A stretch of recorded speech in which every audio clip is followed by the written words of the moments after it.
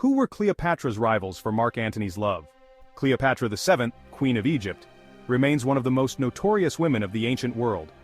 Her relationships with Julius Caesar and Mark Antony were a source of particular scandal, not least in Rome. The statesman Cicero, for one, summed up his feelings about her with a simple, "I hate the queen." But far less talked about today are the women who arguably had the most reason to despise her. Fulvia and Octavia, the Roman-born wives of Antony, became Cleopatra's staunchest love rivals. Their stories, replete with episodes of revenge, bloodshed, and genital-centered missiles, deserve to be much better known. Fulvia was married to Antony when the Roman general and politician embarked upon his affair with Cleopatra. Hailing from a wealthy family in central western Italy, she had been twice married and twice widowed before her relationship with Antony began. A cousin of the late Caesar, Antony held an impressive military record. Fulvia played a part in the forging of her husband's alliance with Octavian, Caesar's great-nephew and heir, later known as Augustus, and Marcus Aemilius Lepidus, another of Caesar's allies. The so-called Second Triumvirate, which empowered the three men to rule the empire between them, was fortified by the engagement of Fulvia's daughter from her first marriage, Claudia, to Octavian. Fulvia suffered as a consequence of Antony's long-standing enmity with Cicero. The orator repeatedly reproached the triumvirs for the threat they posed to the republican system. In his Philippics, a series of vitriolic speeches lambasting Antony, Cicero cast Fulvia as a bloodthirsty and rapacious villainess. Fulvia was said to have taken revenge after Cicero was killed by Antony's soldiers in 43 BCE. She allegedly picked up his decapitated head, spat on it, and punctured his tongue with her hairpins. It was 2 years later that the tussle between Fulvia and Cleopatra began in earnest. In the aftermath of the Battle of Philippi, Antony had reconvened with the Queen of Egypt, whom he'd previously met when she was a teenager. The civil war had seen him claim victory with Octavian over the liberators who had assassinated Caesar in 44 BCE. Antony was struck by her appearance and intelligence, wrote the historian Appian, and at once conquered by her, as if he were a youth, though he was 40 years old. Cleopatra knew that a relationship with Antony could be mutually beneficial. She required support from Rome. He required funds and support for a war that was brewing against the Parthians. As news of a serious relationship between Antony and Cleopatra spread to Rome, people naturally assumed that Fulvia would do anything in her power to bring him home.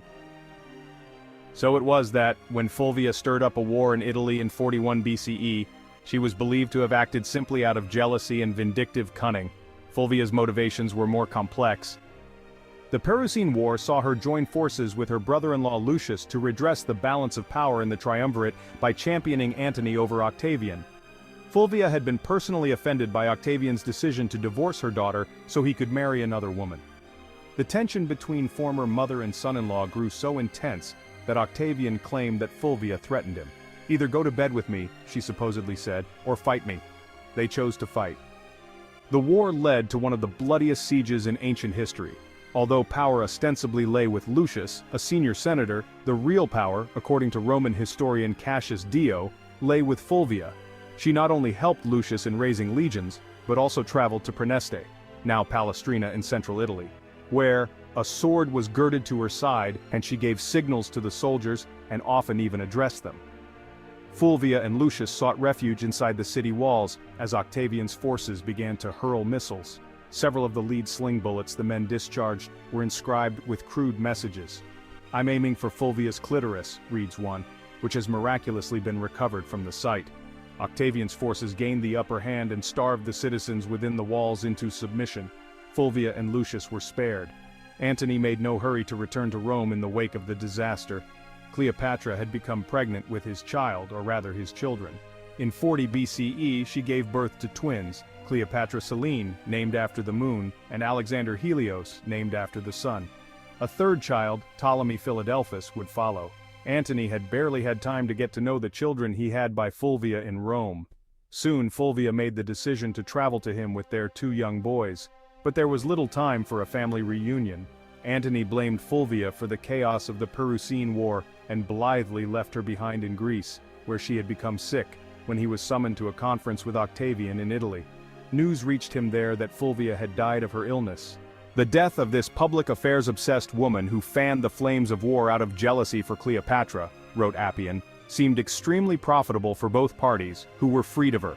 The consensus remained that Fulvia had whipped up civil war in response to her husband's affair with Cleopatra alone. Her efforts to help Antony were never recognized. If Cleopatra believed she now had Antony to herself, she was wrong. As part of the renewal of his political alliance with Octavian, Antony agreed to marry the future emperor's sister Octavia. Cleopatra now had a new rival. Beautiful, level-headed, and a recently widowed mother of 3, Octavia was, by popular repute, a most wonderful thing. Antony was enthusiastic for the match yet made no effort to conceal from her his ongoing relationship with Cleopatra. Octavia and Antony soon had 2 daughters, Antonia the elder and Antonia the younger. Their relationship was strained, however, by Antony's frequent absences and growing tensions with Octavian. If the worst should prevail and war occur, Octavia told her brother presciently, it is the fate of one of you to conquer and the other to be conquered. It is unclear which way this will go, but in either case my life will be misery. According to Antony's biographer Plutarch, Octavia foresaw that she was destined to become either the wife of the man who had killed her brother or the sister of the man who had killed her husband. She eventually took the initiative of sailing to Antony in a foreboding echo of Fulvia's actions. Octavian was happy for his sister to go. If Antony was anything less than respectful toward her, he would have grounds for declaring war. Octavia arrived in the east to a pile of letters from her errant husband. Antony asked that she proceed no further while he was on expedition. Frustrated but not deceived into believing that the Parthian war alone was keeping him, Octavia sent Antony a simple message. Where was she to send the luggage and presents she had brought for the soldiers? Her kindness was characteristic and delighted Antony, but Cleopatra viewed it as a ruse to entice him away. Fearful that Antony would abandon her in favor of his wife, Cleopatra stopped eating and came before him looking gaunt whenever he said that he had to leave. At one point, Antony was so afraid Cleopatra might kill herself that he put off a military campaign. Plutarch believed that Cleopatra was indebted to Fulvia for teaching Antony to be obedient to domineering women. This may have been unfair, but the people of Rome felt increasingly sympathetic toward Octavia, especially after Antony instructed her to leave their home. Maintaining her dignity, Octavia agreed to do so, and she continued to care for not only the children she had by Antony, but Antony's children by Fulvia too. In 32 BCE, Antony filed for divorce from Octavia. He was now free to marry Cleopatra. Octavia was determined that her brother not use her as an excuse to declare war on Antony, since it was no fine thing to hear that, of the most powerful rulers, one plunged the Romans into civil war out of love for a woman, the other out of resentment on a woman's behalf, as Plutarch later wrote. But Octavian couldn't help himself. The opportunity to triumph over his political partner had finally come. Octavian had Antony's will read aloud. Not only had Antony requested to be buried with Cleopatra when he died, the will purportedly said, but he had also appointed their children his heirs. The Roman Senate, fearing Egypt's dominance over Rome, stripped Antony of his political powers.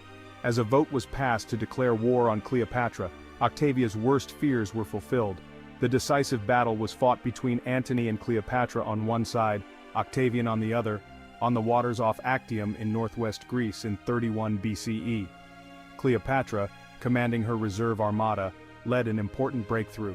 But Octavian's forces carried the day.